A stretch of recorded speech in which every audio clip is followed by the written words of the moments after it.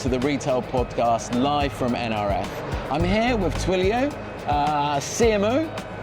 Regional CMO, VP of Marketing for Twilio APJ. Nicolas Kontopoulos. Kontopoulos. Yeah. Actually quite easier to say than read.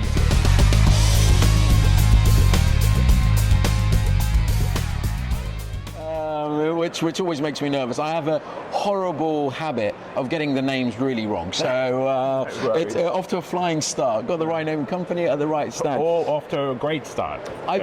I've seen you guys literally everywhere, you know, in terms of solution provider, at conferences. But for those who don't know you and what you are all about, can you just sort of give us an overview of who Twilio is? Yeah, please. I mean, Twilio's a communications company. That's where we started. We started out in the world of SMS, and Jeff, who was the founder, created the category, I guess you could say, of CPaaS, or helped create that category. Yeah. But we've evolved over the years.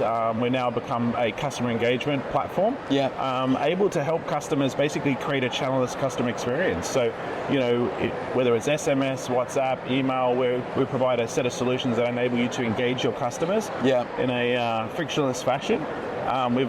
Through that journey, we also acquired a company called Segment, which brought in a CDP capabilities, and that's now enabling us to really tailor our experiences through the channel of preference with our customers. So yeah, really exciting times to be at Twilio. Right? So I can imagine at an event like this, you must be, in a really happy and positive way, overrun with customer meetings. I'm just curious, what's at the top of everyone's mind when they're coming to talk to you right now? What's the problem they're trying to solve? I mean, there's obviously every customer's got different problems, but you know, not just attracting customers, but retaining and converting and retaining have become two key areas that I'm seeing a lot of businesses really focusing in on.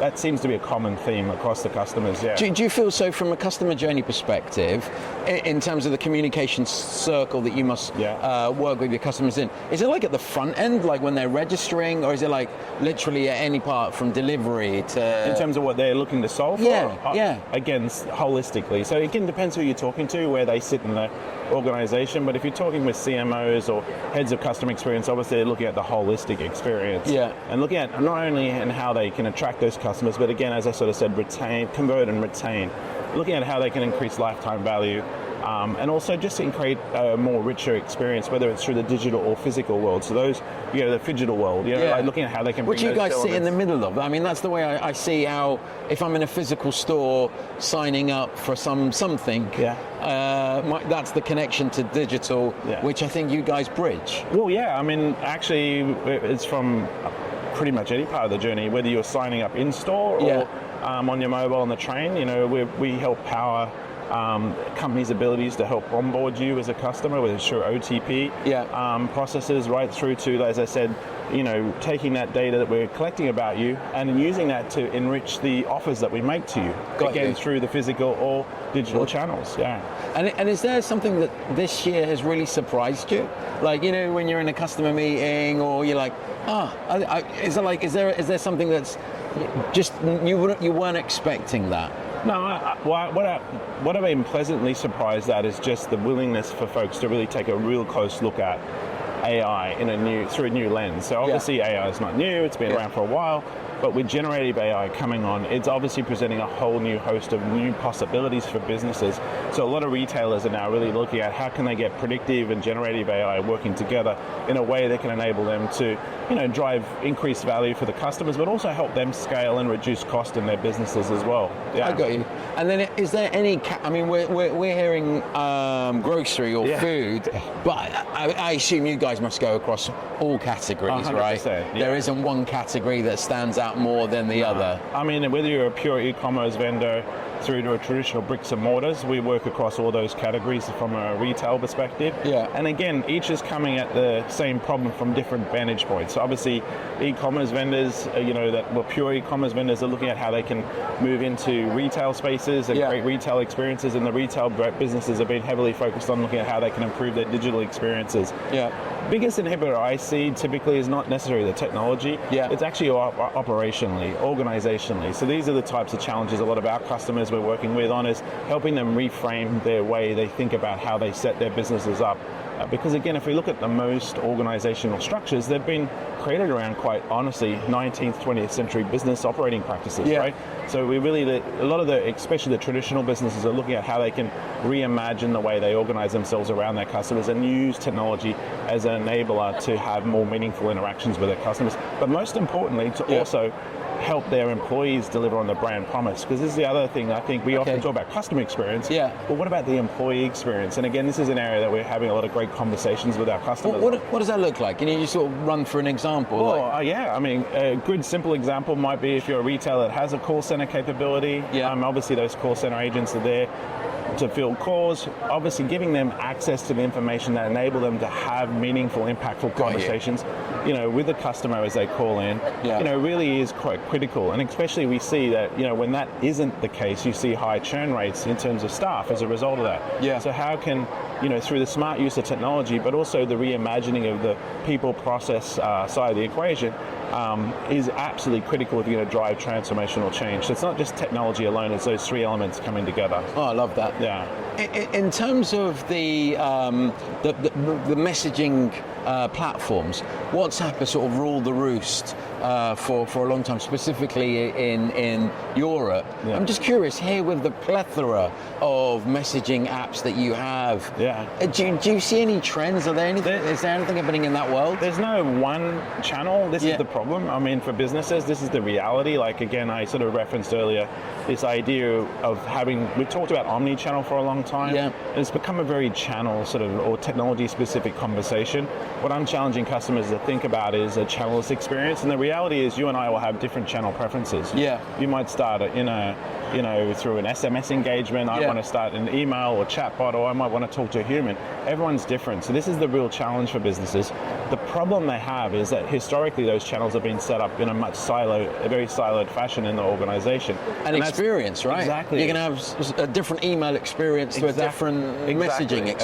And that's where we come in to try to help customers, through our customer engagement capabilities, deliver a solution that enables you to bring those channels together in a much more integrated fashion, so that if I'm serving you, I've got a clear understanding of who you are, which channel you've come through to us before on, what are the issues you've raised, and having that aggregated view and enabling me to have a more meaningful conversation with you is really at the heart of what we're trying to help customers with. This is a tech question, so I don't mind if because I haven't prepped you for it. But in terms of the number of channels that you've seen, like what are we talking about in terms of like? Because I can think about email. I'm just curious. Is there a number? I don't know if there's an actual number. I haven't got a number that jumps straight out. But the reality is the challenge is that the channels keep evolving, right? And absolutely. New channels come online. And the real challenge also for businesses, if you think about it, is how do I create content and serve that content up through the right channel? The form factor of content's changing. So there's a lot of, as a marketing leader, that's something I'm always thinking about, right? So you've got to, I actually think it's about putting in place the capabilities that enable you to scale up with existing channels, but also potentially bring on new channels as and when they come. Okay, and then just jumping a little bit back to AI, in terms of you were talking about your AI capabilities, because I talk about retail experiences being like a conversation, right? A good conversation you want to stay in, a bad conversation you want to leave. Where does the AI bit come in? Like what elements of AI would you help me as a retailer? We've got, again, historically we've had a long history in terms of the Twilio segment capabilities, CDP, with predictive AI. What we're now bringing in is building on those capabilities in the predictive side, but also marrying that with the generative AI capabilities. So actually we demoed a really cool demo just yesterday. So if we haven't shown you that, I've got to show you that later, where we can actually deploy chatbot or through voice, actually through a voice channel, IVR, the ability to talk to an AI, which very human sounding, actually has an Aussie accent. All right. You've got kitchen noise in the background. It's I'm placing an order from a pizza perspective. I can actually have a conversation with the AI. Oh, cool. And actually, I wouldn't even know that is an AI that I'm talking to. The cool thing about that is as I'm having that conversation, I'm sharing insights about what my preferences are for pizzas, etc. That data is being collected and actually mapped against my profile. So for future calls, that can be brought back into the conversation with the AI to say, hey, Nicholas, did you want this, ham and cheese pineapple pizza again? It kills me. Friday night pizza time. Our pizza, I need to recommend them to come to you guys. Because every time you have to put the same bloody order back in to get it. You mentioned the future, and as we sort of come to a close on this, where do you see the future going? What's like the vision of the future here? What's the vision of the future? Well, that's a big one. I'm not a big, I don't like trying to predict the future because it's always hard, but I do feel that what we're going to start to see is businesses reimagine the way they organize themselves internally around their customers. Again, as I sort of signaled earlier, I think a lot of businesses still still much structured around an old world operating model. And it does require more innovation in how we actually structure our organizations and how do we empower those individuals to have more, have the capabilities to actually drive change inside their organization. So I think the future for retail as well is, if you think about it, with the advent of e-commerce, it's how do I bring e-commerce and digital channels and integrate them more seamlessly with the retail traditional channels. So again, I see a lot of challenges there where they're still operating those in silos. And I come in 100%. So I think that's the future, really innovating the actual business models that we use to operate our businesses against, I think will be a key area of innovation. I mean, I was at Shanghai the week before I came here, and the one thing that was so evident there, technology almost sort of dissipates. It's so irrelevant. It's about how you engage the customer for the life cycle, right? How are you gonna be with them? And it's always changing. That's the other thing. That's the other thing. The consumer behavior is always evolving. So there's no silver bullet here. I'd like to say there's a silver bullet. There isn't. You have to be constantly adapting and leaning into that customer experience and employee experience and helping basically those two have a meaningful and engagement experience. Well, it's how much data you lose as well. But again, that's a whole, because just going through like all the data that you're capturing about my pizza, how much of that is lost? Well, that's actually a really good point. If you're thinking about it from an internal perspective, sort of what I said earlier about collapsing the silos, the big challenge it faces most organizations is the idea of dark data. I'm not familiar with that. No. Gartner coined the term dark data, dark data, and I love it. Most of the data that we have is siloed in our organizations based around functions. So this is again where the innovation will come, and this is where we're helping. If you look at Twilio's segment, we're helping brands unlock that dark data across the organization and bring that together so that I can engage you through the right channel based on your preference, right? So that will be where a key part of the innovation comes, not just from the technology, but as I said earlier, how we organize ourselves internally around that data. I think it's going to be important. Final question. I've got so many more questions, but like integration, is it difficult? Is this like something that's going to take me like months, system integrator, to how quickly can I get value from this? I mean, obviously, I can't give you an exact time without knowing your business. How big I am, but one of the things that Twilio is strong at is we're an API-led company, so our technologies are much, much more agile to deploy. What I love about it is we can drop our capabilities in on existing legacy applications and actually help you extract value out of those quite quickly in that respect. But obviously it depends on the use case. I keep saying final question. Do you find that e-commerce is driving more than physical then?